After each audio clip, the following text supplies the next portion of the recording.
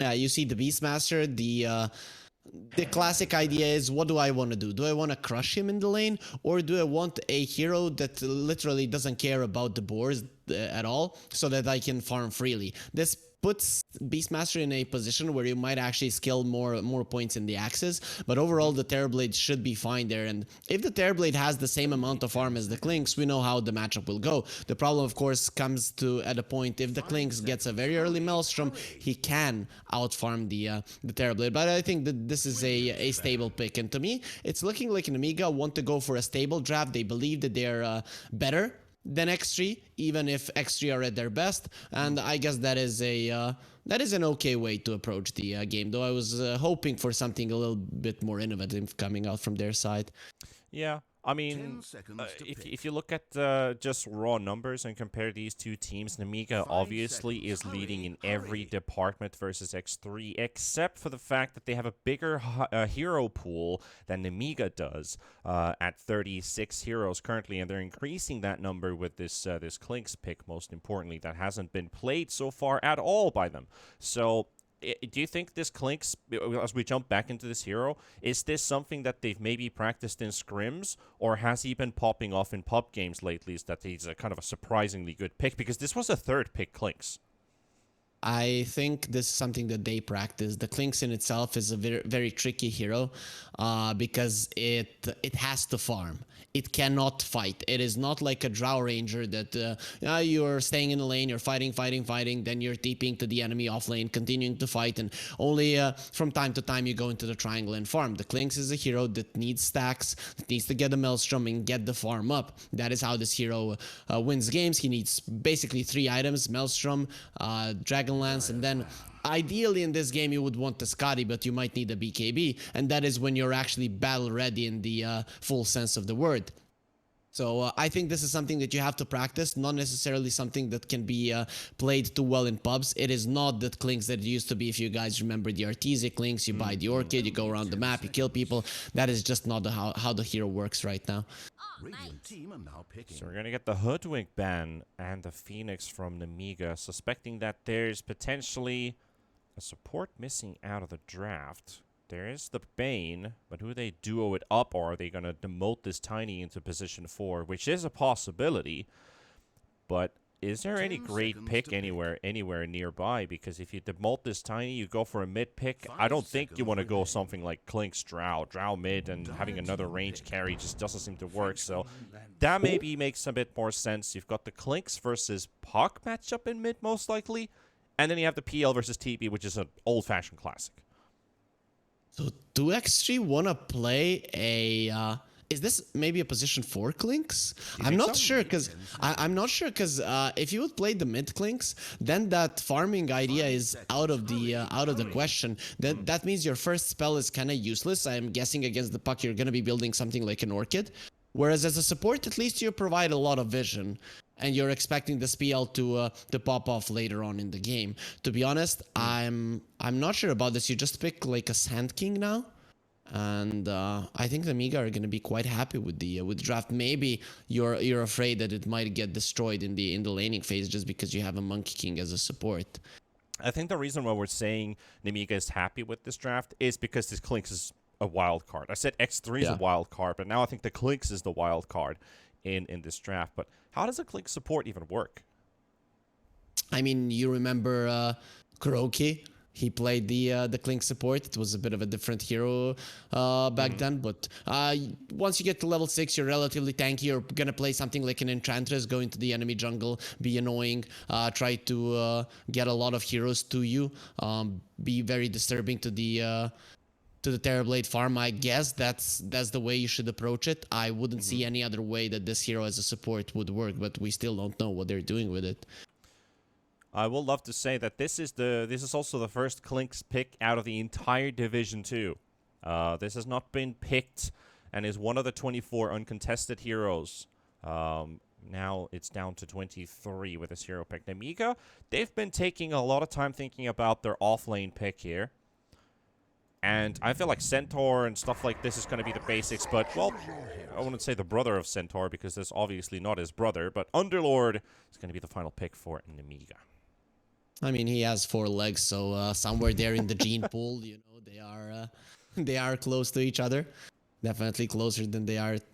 Though actually, I was about to say Terrorblade. Though both the Underlord and the Terrorblade are demons. So either way, I'm okay with it. The Clinks is a support, so that is gonna be fun to see from Rink. I'm actually liking this Underlord pick. It is a hard hero to burst down later on in the game. It's actually pretty good against the PL. You put yourself in a position where the late game isn't 100% in favor of X3 just because you have this Underlord. And I actually think with this pick that Nemiga put themselves in a position where, one, you're not gonna lose the lane super hard because the Underlord is hard to shut down, and which would happen, let's say, with the Sand King, and you still have a really decent way at any point of the game. You have a heart, you have a butterfly, no one cares. The PL hates playing against the Underlord, so I'm liking this quite a lot from Nemiga. It is a good pick, especially once you're looking at illusion heroes. But one thing I'm worried about is I have never seen Vazia play Underlord. This is his first pick, first game as well on Underlord in this entire division.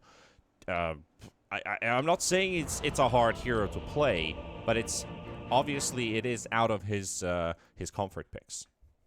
To be honest, I would put Underlord at a hero that is relatively hard to play because you can't really outplay opponents with your spells, but the movements of this hero are very important. If you are twice in a really bad spot and you die someone in the early mid game, you are gonna put your team at a really bad spot because you're gonna be a target actually, which you shouldn't be. So I'm thinking that though not the hardest game, but you need to keep tabs on the Tiny if you're the Underlord. I still think Vazia is going to be able to do it properly here. Well, this is going to be a very important series in the eyes of X3. Nemiga with a victory is through the Division 1. That's what we've already spoken through. But for X3, who are sitting in tied 5th place, basically 5th, 6th, and 7th, all tied on the same spot. Hydra, no sorry, X3, are fighting for elimination. And Hydra and No Sorry, despite being above the elimination line, still being in a tight situation doesn't mean that they're safe. That is out of the question. So for X3, if we see them play very good here in this first game, I would love to see a 3-game series in that sense. But if Nemiga is ready for this, if they've come prepared for this series, anybody who has a very simple mind might expect, that's an easy 2-0 for Nemiga. X3 shouldn't provide them with any actual challenge. So I would love to see X3 come in very active in this first game. Yeah, for sure. What I always like to see for X3 are strong lanes. I don't even know how to rate the Clinks and the Beastmaster. I think the Winter Wyvern and the Terrorblade on the top lane should be okay, and I'm still not sold on this position for Clinks. I mean, it is cool, but, I don't understand it. I haven't played it for a very long time. I haven't seen it as a support for a very long time. Even as a core, it's not being played that much. And I'm just not 100% certain if Rink will be able to do what he wants. Yeah, and you're going up against a TB, so even if you have a Blightstone, this guy's still got 7 armor after that -2, so if they really want to amplify on that physical damage, I think it has to come early against this Terrorblade, because he will pack a punch for a long time. And look at those axes fly with the Metamorph, and they've really brought the battle in these early seconds. 40 HP remaining on the TB, so the poke is working in their favor, but Nemiga was also willing to fight against it, and they even popped the Fairy Fire just in case, because the axes were about to connect onto the TB. Nothing happening in the bot lane, all good here. So let's go back to the top lane.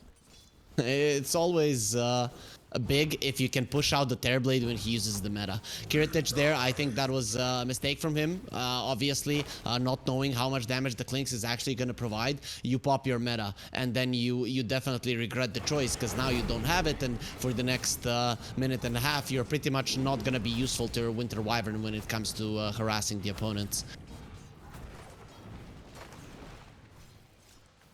Well, at least for the moment here, no Metamorph available. Beastmaster pretty low on mana as well, so they've dealt the early damage. They fought against the first Metamorph, so this is very good for the Beastmaster. Gonna buy him some time in this lane, get himself 1 or 2 waves of creeps, and it's pretty much just down to the Wyvern to now poke him away, and this is where the Clinks flies in. So I like how X3 started off with this level 1 aggression. Yeah, first thing, they made it work right. They got Shergarat a decent lane. Right off the bat, this is a decent lane. He's not going to be completely shut down. He should have a Helm of the Dom at a decent timing, even if things start going bad at this point. So you are somewhat happy if you're XG right off the bat in the first 2 minutes. So where do we see this? Well, actually, let's talk about something else. We've been very fixated on this top lane for now, and seeing that the Clinks is working as a harassing support. We got Natty Narwhal versus Melreen in the mid lane. Melreen, one of the mid players who we wanted to hype up in Tour 1, just didn't have the team around him to play. He's still a 17, 18-year-old youngster he's got a very bright future ahead of him. And then he got Natty Narwhal, who is, I think, in some way one of our favorite mid players because, you know, he's fun to watch. With X3, you know, losing the lane so much at the beginning of the tour, Natty Narwhal was the one to look at to go around the lanes and make stuff happen. I think that kind of makes Malrine and him similar, though for different reasons. Malrine was like, I'm gonna crush the side lanes even more because my team is doing well, and Natty Narwhal is, I have to rotate because my team isn't doing good in the side lanes. Though this time around, I'd say that the side lanes of X3 are doing okay. Well, talk about that. That's gonna be first blood going for Nemiga, popping Metamorph and the Arctic Burn at the same time, popping down the sentry on the ground. Clinks has got nowhere to run. That's going to be first blood for the Dart team.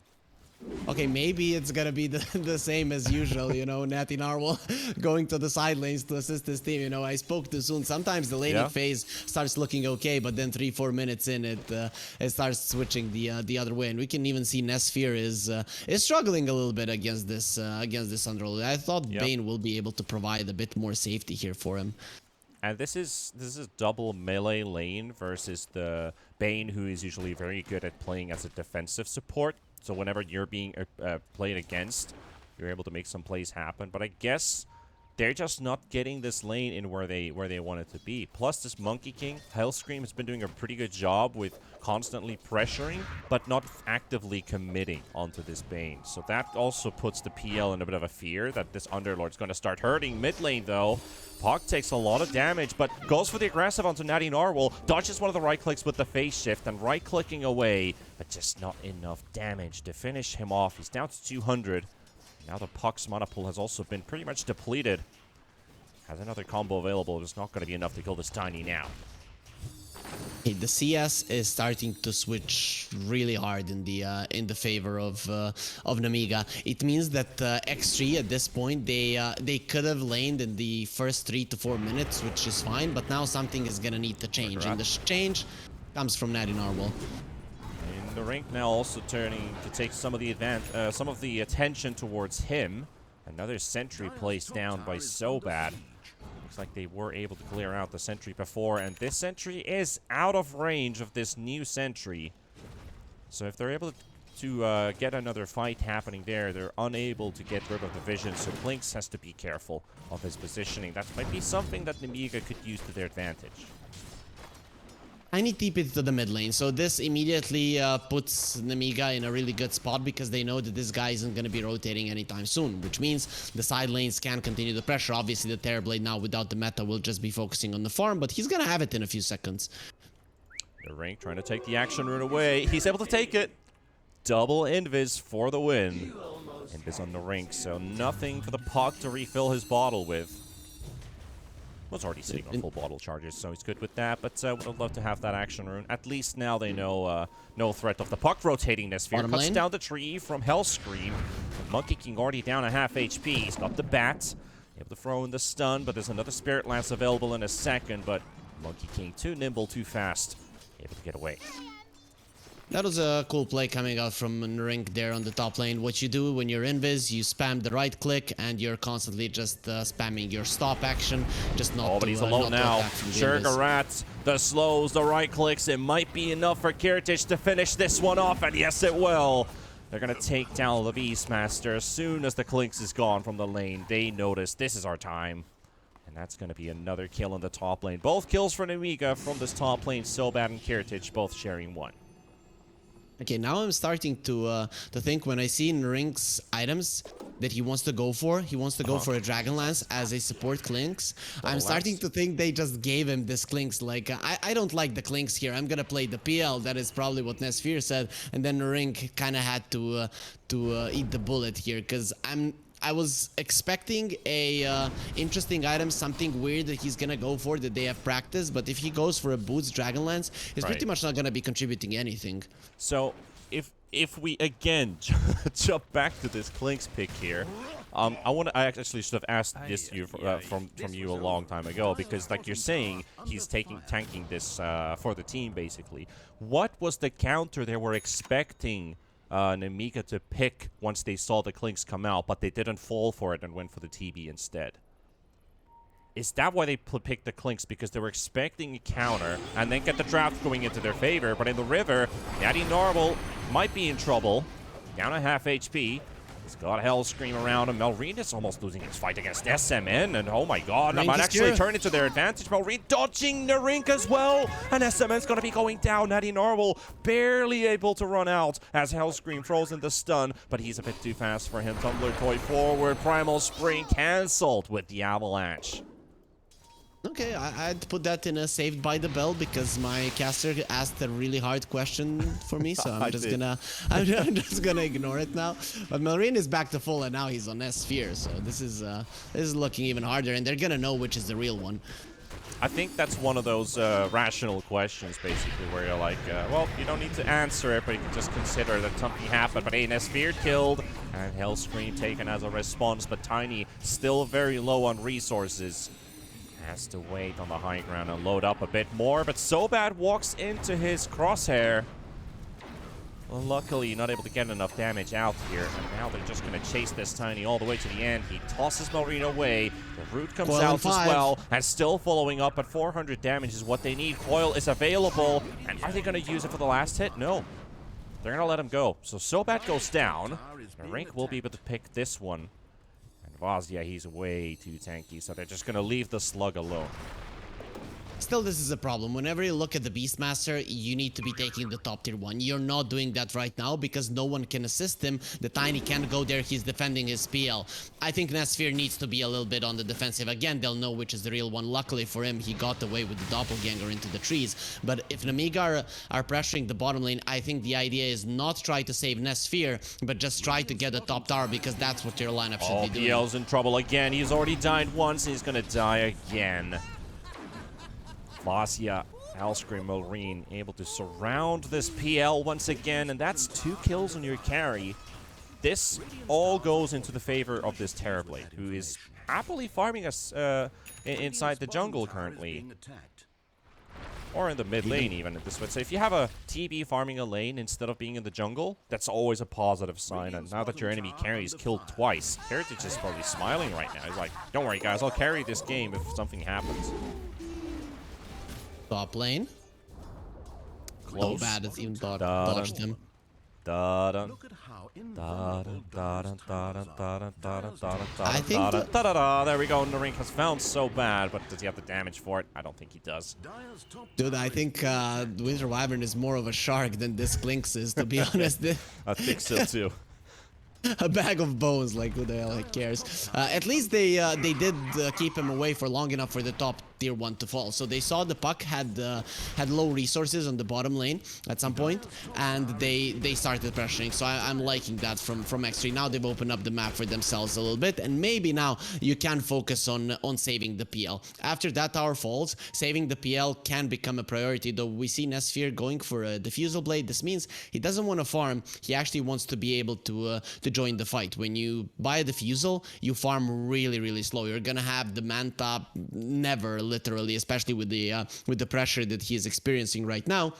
So the idea from Nesfear with this Diffusal is, I see my team fighting, I want to come at the tail end of the fight, or at least be out of it there, burn some mana, and maybe get a few kills with that way, come back into this game. And that is actually the, I would say, the only approach X3 have at this point. Do you think the current meta has finally broken the ideology of playing a PL? Once you build a Diffusal, you would finally be able to join your team and fight? Because I think at least the old school PL has always been Diffusal +1, and then you can do something. And it's usually Diffusal Manta, and then you can go in. Or you have to wait for an HP item if the opponent just burst damage. Do you think Nesphere can finally play a bit more active once he's just got the Diffusal Blade? It's not that he... it's not that he's gonna be able to, it's that he would want to. The worst thing that you can do is buy the Diffusal, go into the fight and die. So the thing is that X3 are gonna have to make a fight where the PL can stay safely at the sidelines and commit only when he sees a really good opportunity. For that to happen, the puck kind of needs to be dead, so that is where Natty Narwhal comes into play. Tossing the wrong unit there. Wyvern gets away. That's a very gnarly mistake for Natty Narwhal. As he had the DD rune, he could have easily cleared out this Winter Wyvern, but because he gets the toss on the creep instead of the Wyvern himself, able to get the curse out, get away. And you're still halfway to blink. Yeah, I'm still trying to find a way. How do they make plays before they get the blink? I'm still looking at this Nurin Clinks and thinking he needs to play an Enchantress, not a Clinks. But yeah, with the Clinks, you can't do that. He needs to be on the opponent's part of the map and possibly forcing out rotations. If he's just pushing out the waves here at this tier 2, he's actually a target at this tier 2, or they can just let him be. If he's in the enemy jungle and being annoying, that is when you're going to be making rotations if you're Nemiga. And I think that right now you have to be doing it. But on the other hand, he's just farming the Dragonlance, which I think is going to make their lineup incredibly greedy, almost impossible to play. Yeah, it does feel like that too. And we kind of talked about this in the draft as well, once you see the TB and the aggressiveness out of the supports from both sides. This TB is just free farming. There's nothing that's going to hurt Kiritich in this game. He's already 120 CS up. He's at 6.5k net worth, looking to hit that 10k marker at 18 minutes, which is very likely. And he's doubling it down. He's going Yasha into Butterfly. So he's really doubling down on the damage output because he knows physical damage is the only thing that hurts him. I think even with the Butterfly, he won't fight that much. Okay, in Rink, just looking really dead. As I said, in the bottom part of the map, he's a easy target, but because Nemiga want to play there. They don't want to play on the top part of the map. They don't want to play in their triangle, and if he was there and dying, it would be fine, but dying here, it is a problem. As a man gonna be the unfortunate soldier here. He's got Vazia coming in as well. Wants to clear that kill for himself. He's up to 150 damage, and he's going to portal himself back to the jungle. Speed clear some of these creeps. That is beautiful for Nemiga. Also, I think Terrorblade, once he gets the Butterfly, he won't even need to fight, and might even decide not to, just because his HP will be low enough for the Tiny to burst him down. Butterfly, people tend to forget on the Terrorblade, is a insane farming item. Your illusions tear through the creeps, and you can basically push in 2 lanes so easily with 1 illusion each. Diffusal. Nesphere now has it, so he's able to send the illusions to do some damage, but the tower is already down. Malrine with the DD rune on the puck as well does make things a bit harder for them to take us straight on an engagement, and Vazia is not the target to go for either. Look at top lane. Look at top lane. This is beautiful for Nemiga. Finding Sugarat. A bit off guard as well. Wasn't expecting that to happen. He did get the information that Nemiga was previously in mid, but wasn't expecting 3 heroes to jump him. With this move, they've pretty much taken every part of the map from X3. So the Beastmaster, ideally, who wants to stay there, and you want to get him out as fast as possible. So you go push the mid lane. X3 comes with all of their heroes having the Diffusal on the PL. They're hoping for some kind of a dive that they can turn around. But Nemiga, they stay level-headed. And then what happens? They immediately smoke towards the part of the map. Vazia moves back on the bottom lane, and all of those moves were so well coordinated that X3 didn't have a play. They were even running towards Vazia, but he was just waiting. The second that they went on the Beastmaster, he just moved away. Yep. All these moves for Nemiga is just, you know, basic textbook Dota, basically, at this point. And Now they can just start to choke the map away from X3. And they're in a hurry. We see a comeback Midas coming in from the Tiny, knowing that this game has obviously not gone their way. So they're doubling down with the 4-core lineup, and Bane being the sole support. I guess that's something that X3 was looking at with this draft, that, hey, let's just play 4 cores and win this in the late game, because Nemiga might play these late game heroes, like, say, for example, TB. But it's still going to be very hard for them, even if they do, because where do you farm with 4 cores when you've already lost your tier 1s? The most To be honest, ones. in a situation when you're losing the game, you would rather have 1 core and 4 guys whose spells are still going to be doing a lot around the map than have 4 cores, because none of them is going to be farmed enough to face anyone, and none of them are going to have enough items to actually be able to stand their ground against the Terrorblade. That makes it impossible to play. There's so many hostiles around this area, and they've hunted down the Clinks once again. They're starting to treat this guy as the true carry of the team, because he's the one taking all the hate. There's nothing that Enring can do. That's going to be the Glyph Force, the tier 2 tower about to fall, and they have the Metamorph available on Kirtich, which they could use. And he's got the Yasha. He has queued up the Manta style, which he could still build, but he's feeling that butterfly first. Let's see if he goes for it. We might actually be going high ground here, 17 minutes in, because why the hell not? We just need a couple creeps to come in to take down that backdoor protection, which is now finally taken away. Nesphere coming in for the defense, while the rest of them trying to push this top tower now, but they can't reveal themselves because they don't want Nemiga to know too much. And now the PL getting caught. Double roots are coming out. Marine is ready to follow up, but no pot coil available. Natty Narwhal coming in with the avalanche on the side, but it's just poke damage. They've already lost half of the HP on their tier 3 tower, Harry. Yep, I have to say, though, that was a really solid response from XG to what they saw. First, they were staying top lane with the Beastmaster and the Bane, trying to catch someone. Then, they saw, okay, Nemiga, they're gonna try to force all of our TP, so the Bane comes back, he helps his team, and the Beastmaster takes the tower. I think the idea here for Nemiga was to pull everyone back so that your top tier 2 doesn't fall, and thus you have really good control of the Roche, because the way, or a big objective that XG can be looking towards is the Roche, and considering that you've taken the tier 2, possibly can overtake the outpost, it becomes a possibility. The only problem, though, is this mid lane tower that pretty much hasn't been touched and should be an access point to the pit from the side of Nemiga. And now with all these big items finally coming up on the side of Nemiga, Blink Dagger and the Wyvern, for example, very big item to have pre-20 minutes. This is your pulse 5 support already with a Blink Dagger. All has been enabled thanks to all the kills that they've been able to pick up and all the towers that they've been able to fell during this time. And it's one of those games where your pause 5 support's only died once in this game, so he also has a lot of farm. Like this Wyvern, he's almost got more than the pause 4 Clinks, who had a Dragon Lance and a hero that's capable of farming and having that extra split push capability. Of course, Wyvern also farms with the Splinter Blast, but I'm just trying to put emphasis that this Blink is big. This Blink is absolutely huge, and it can offset X3 so easily. It is amazing in a sense. X3 also, their lineup is pretty reliant on running in on you when they have vision of your heroes. So they don't really have a lot of Blink Daggers that is going to burst down someone per se, and the Tiny just isn't strong enough to kill you. So Winter Wyvern having the Blink, it allows you to position so well that you're not going to be out of position to be spotted by the Clinks or by the Hawks. And then that run-in idea from X3 is never going to work, because Winter Wyvern is probably the best hero to stop that kind of a play. Yeah, they're hunting the Clinks again. Coming in with the portal as well. Vazia wants a piece of that action. Hellscream will take down Rink.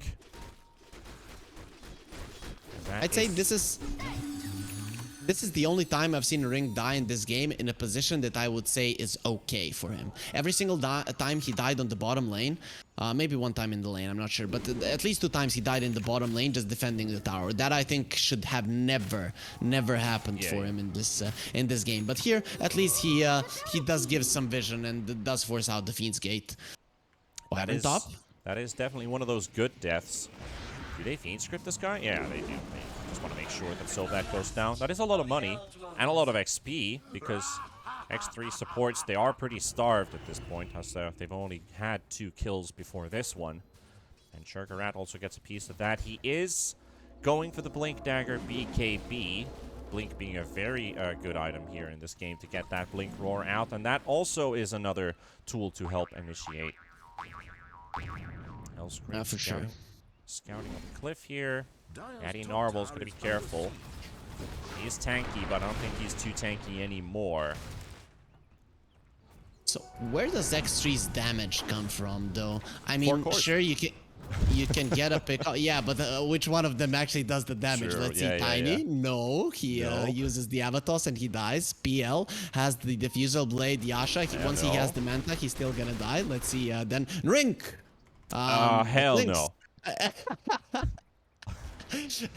And the Beastmaster actually does a lot of damage. That is something that people tend to forget. Again, now in Nemiga, they want to overtake the top part of the map. The bottom part of the map, it's very dangerous for X3 to die there, so they're always going to be very careful at how they approach it. So you just go towards the top part of the map. You even walk into the Roche Pit. Why? Because you know that the enemies cannot fight you. There is absolutely no chance for a 5 versus 5 engagement for X3. Man, I'm jealous of Heritage. I want to play this TB game right now, where you have a butterfly at 22 or pre-22 minutes with your Yacha already. You've got all these goodies on your side. Yeah, they just killed a Bane on the other side of the map. Might as well. But I want to play this TB game, man. Like, watching this guy play TB in this game makes me want to play TB. Well, I have to say, watching this guy play TB in this game is pretty much as watching a guy play TB in a open lobby with no enemies. So that is pretty much what it has looked like for Kiritich. He got a little bit pressured in the lane for the first meta, and then he just went into the woods to farm. So if you really want to play a TB like this, well, no problem. Just create a lobby and go and hit creeps. Are you shaming my PvE experiences here? No. No, obviously, of course not. I would never do that. We have the comeback Midas on Natty Narwhal, so he's building into a Shadow Blade at the current time, which is a pretty handy tool, especially if he goes for the Silver Edge. He will pack a punch, will be able to do some damage with it too. He's got the surprise element at least on the first attempt, but they're going for Malrine, but how do you kill this guy without lockdown? You need SMN to start things off in the rink. I think he jumped on the pedal a bit too early. I'm gonna assume that his skeleton walk was expiring, though you can reset it again. It is 14-second cooldown with the 40-second duration, so no, I scratched that. There's no way that it was expiring. So Rink, I'm guessing he was trying to see just how strong of a core he is, right? As a support, you get to play a core and you just want to try to see how much damage you can do. Shouldn't the Rink just go for Gleipnir this game? Add that one extra bit of CC and get the damage. Yep, he finally lined it up. Yeah, so he had the Maelstrom idea, but now goes for the full-on build. But Natty Narwhal already taken down inside the base. The coil's going to be connecting onto two. It's got Nesphere and Sugar out inside it as Vazia charges into the front line. They've got the Wukongs come out as well to protect them. But the Glyph is going to be used, and the BKB is going to be running out of Vazia. So instead of just the Tiny dying, don't see any decisive moves come out from these Nemiga ultis, and now they go for the roar. They've got Puck inside of it, and Malrine's going to be going down, and X3 are given actually a very big kill here, and Nesphere sees the opening. Vazia goes for the teleport out, and he will be able to get away safely. Now the Wyvern and Hellscream both trying to hide in the tree line, but that's going to be a second kill, and make that a third kill, as they take down both of the supports away from Nemiga. And they successfully hold their base up and running. And Vazia is not coming back through the portal to give a fourth kill for X3. But that was a good defense. That's a big swing in gold. And that is a big swing, and also I think Nemiga dropped the ball there. That was the time where you take the Raxes easily, especially with the Tiny jumping in and dying like that. There is no play for X3 to kind of engage on you, so the only thing that you need to do is stay behind the Terrorblade, save him with the Winter Wyvern, and once the enemies jump in, there's a coil and you kill all of them. But what do Nemiga do? They pop the BKB on Vazia, they run in, they jump in with the Puck, he gets roared immediately and dies, and suddenly X3 are able to chase you down. So Nemiga, they make a mistake and they're gonna be punished for it. So X3, you know, this is what now we're getting the idea what they were trying to do. So they were gonna play 4 cores, wait on the high ground, and they were sure that Nemiga are gonna get too aggressive and actually overextend there. Though I still don't think that this is a good position for them. Once the Terrorblade gets the Satanic, he's gonna have enough HP to actually do this on his own. This was a roar from the Beastmaster without the Blink Dagger as well that caught Malrine off guard. He went way too aggressive behind the racks, inside the enemy base, gets roared, gets nuked down, and that's where all of that right-click build, basically, that's been coming out from the side of X3 with the Clinks and the Tinies and the Beastmasters. All that physical damage really hurts the Pucks. So Pucks going Sanj and Yasha. Don't think you get to see that too often. Oh, sorry, Sanj and Kaya, sorry. Okay, that one you get to see from time to time, but Nemiga are coming again. There's no glyph now. They have 50 seconds on the Aegis, and I think this time around they're gonna be doing this the right way. Yeah, this is the way you were supposed to do it in the first place. So now they're gonna be clearing out the melee racks. Should be able to get the range racks as well. They are staying inside the base because they've got the Aegis for another 33 seconds. This was already much better. Yell taking some early damage here. Noreen coming in from the side, tries to snipe the TV. Avalanche comes in as well, but it's just not enough. A bit of a disconnected symphony of spells basically flying in from X3, so not enough. I think the idea was to just continue poking and hope that Nemiga are gonna turn. Then once they turn, you go into the backline and you wait for the Aegis to expire. I think that was kind of the idea that the X3 were gunning for, and Terrorblade would never kind of commit, or if he would just die to the AoE spells, you know, and then you're not committing anything and you're still gonna be fighting him without the meta. So I think that's the idea, and that's why X3 were constantly poking. Looked like they were throwing out spells randomly, but I think there was an idea behind those. Nobody's defending the base either, so this is a call sign for Nemiga to just stay away, stay stacked up. At least they've got PL illusions to carry out with clearing all these creeps away, but only that will help for a limited amount of time as well. So they're still staying cautious of X3 on the hunt. There's a DD rune on the Tiny inside the bottle. Going for the BKB next as well. Blink still in the works for the Beastmaster, but he's got his BKB now. That's going to help against the curse. Not going to get stunned. Not going to get hurt too much by the puck either. Oh, I really want to get this Gleipnir on the Clinks. It's something that I would really love to see. I think it changes the game a bit, because you might be need.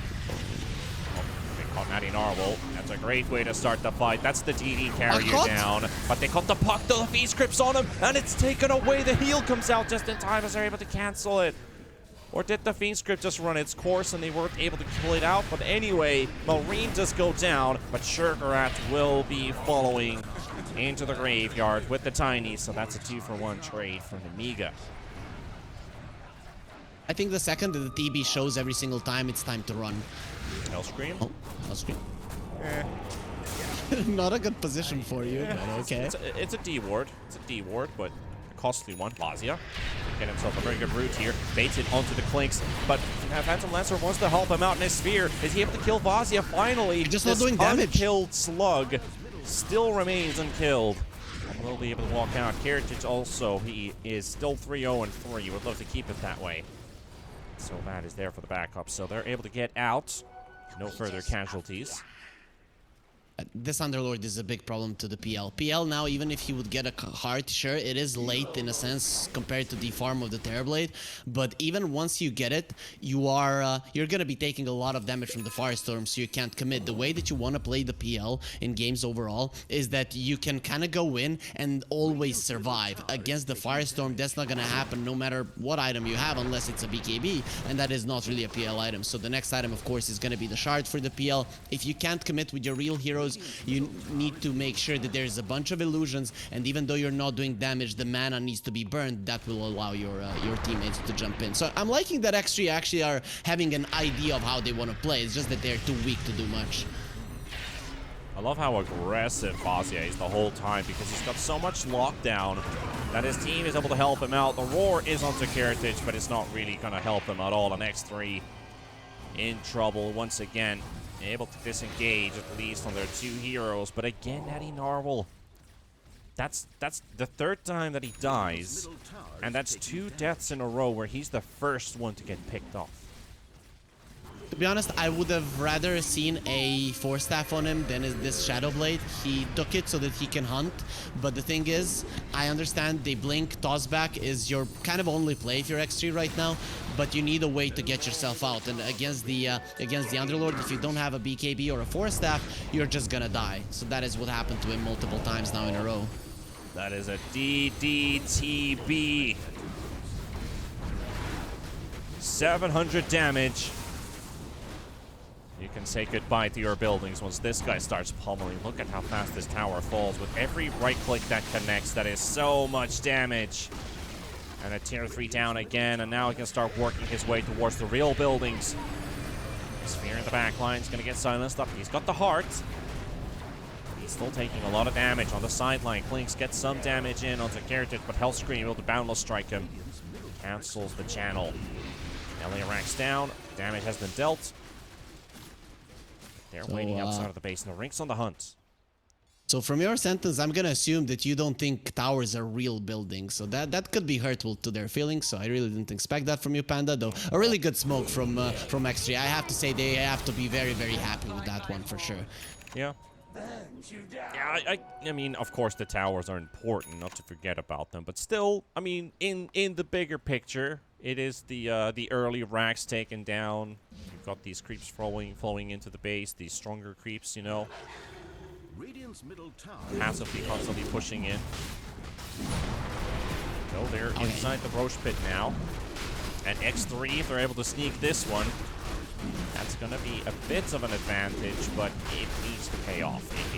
If they can wisely use their Aegis usage here, this could be a big one. I still think it's only 5 minutes of delay. Or at least let's put it at 8 to 10 minutes. That's what it should be. Because because Nemiga don't want to come to the high ground or to even to the tier 2 on the top lane when the PL cannot die, and with the Aegis that is actually the case. So he can continue spamming his Dragon Lance, the Phantom Lance, and stuff like that. Spirit Lance, man, why am I not knowing the names of spells? And just keep Nemiga away at least from his tier 2.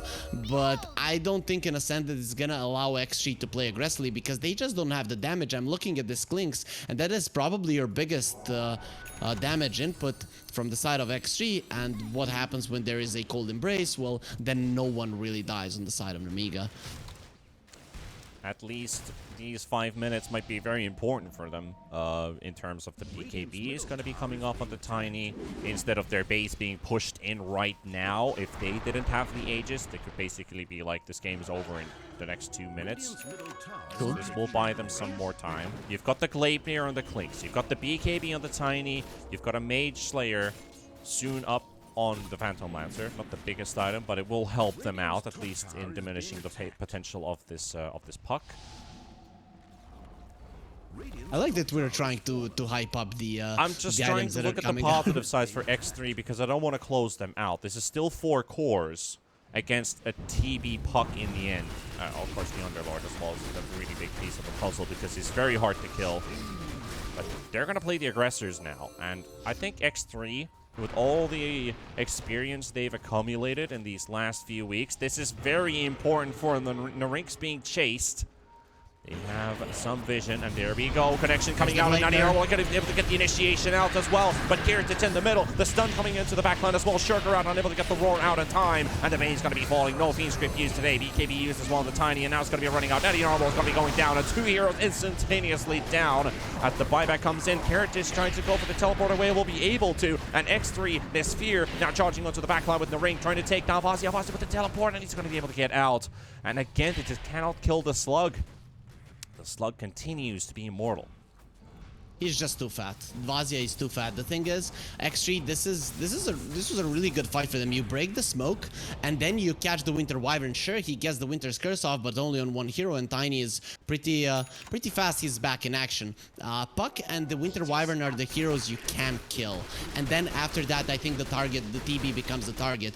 But while the Underlord is alive, it still makes PL's life really, really hard. I'm looking now at X3, and I'm thinking, do they have the means to kill the Underlord at the start of the fight? And I'm gonna say no. I think Vazia is always gonna be left for last, which always puts the Keratic Terrorblade in a good position. Oh, look at his armor, man. He just finished an AC, and he's going for his Shiva's Guard next.